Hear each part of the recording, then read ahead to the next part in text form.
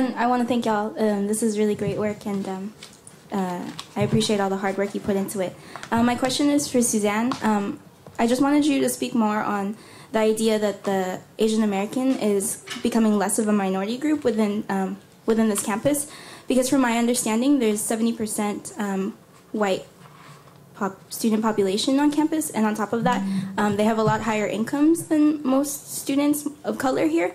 And then also, if you gathered some information versus like Chinese immigration and the Southeast Asians and East Asians, differences between those student populations, because I know there's a huge difference between Southeast Asians coming into higher education as far as trying to trigger the model minority myth.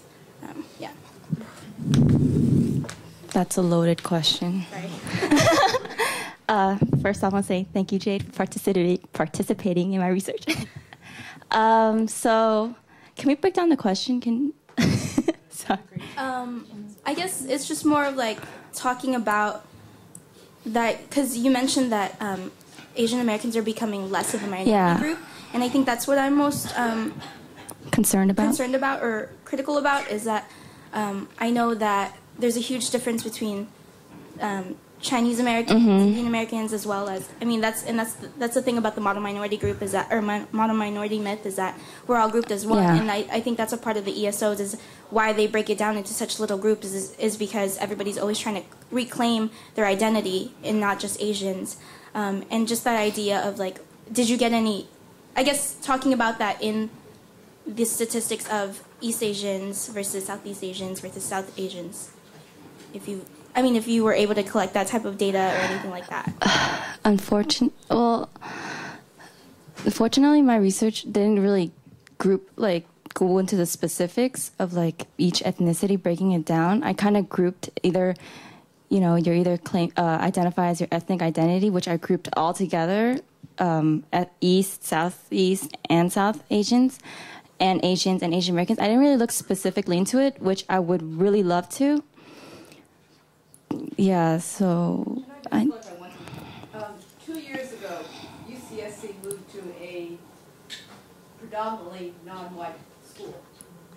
But we're currently the second in the most whitest in the UC system. In the UC system. But we have 48%. Sorry.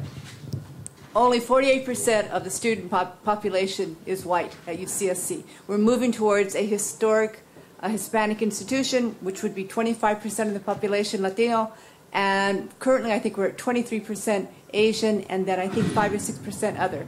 So that's just one part of that. Yeah, but for all the other campuses that I found, Asian Americans are 50% or at least even higher than the white population.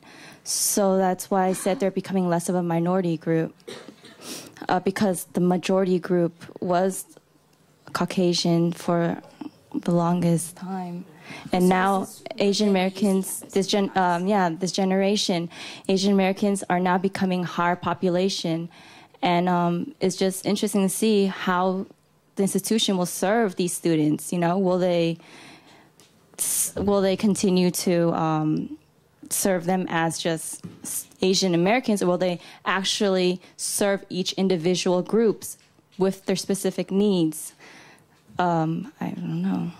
But these ethnic ESOs, I hope, will initiate some political activity. Thank you. Thank you. Sorry, one more question for Neat. You mentioned that Lake Merritt, that the whole thing with trying to make Oakland look beautiful, and I know that there's a huge gentrification shift going on in Oakland, and I want to know what you thought about trying to fight that, along with this idea of keeping our histories at the same time, because they don't even want us in Oakland. So how are we going to educate our people if they're not keeping us in Oakland? You know what? I feel you, but I mean, it's really sad, right?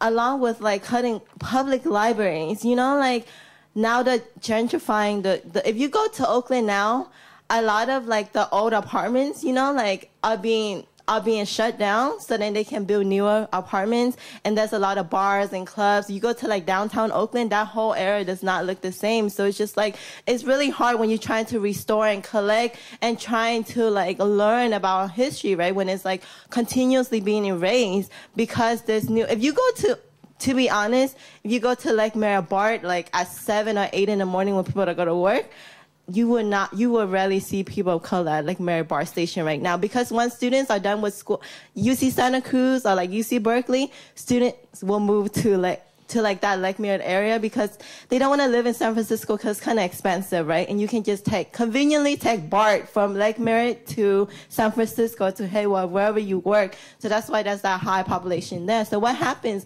The rent will increase if there's people that are willing to move into your neighborhood, right? So that's why you kick people from Oakland out. That's like one of the biggest struggles that like the youth organizers in Oakland are fighting with right now. Okay, we're just about out of time, but if you have a quick question, we can take it. Yeah. Well, most of you are graduating this year, right? So, yeah. Well, yeah. Congratulations. I wanted to know if you had any feelings, ideas, thoughts as far as entering a professional world where you are addressing social justice issues, because I feel like a lot of people when they graduate here, they're like, well, how much money am I going to make, or where am I going to work, and stuff like that. And especially for students of color, we're like trying to figure out how to feel about should we get a job that's going to pay us more or a job where we're going to make a difference. So if you have any thoughts, ideas to go. Anybody want to? Thank you. Well, for me, thank you, Estrella, for asking that question. Definitely getting a job that does both. But first and foremost, one that makes a difference. Like, I'm entering like my master's in social work program to see if like, actually I know I'm going to make an impact on families, individuals, communities with the experiences that I've gained here at UC Santa Cruz and at home in LA.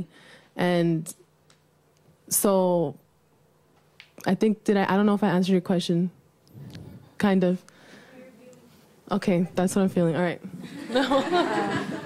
I guess just entering the teaching profession is something that I will, that's something I'm doing not for pay, for sure. It's it's something that I'm passionate about and that I hope to make a change in the future for the future generation of students. So, just social change for me. Social change. Just real quick, I know I talk a lot, but just real quick. No, like, I was taught that, look, being an organizer is not an identification. It's not a label. It's part of you. So do what you love. Don't feel bad if you're going to become a lawyer or a doctor, whatever it is.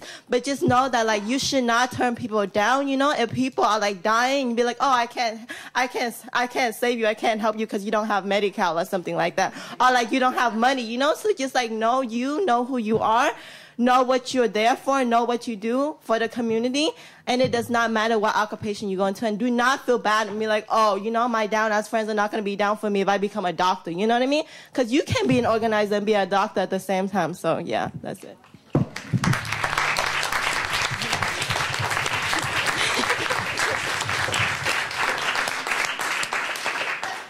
Well, we're certainly lucky to have such brilliant scholars thinking well about issues of social justice and students.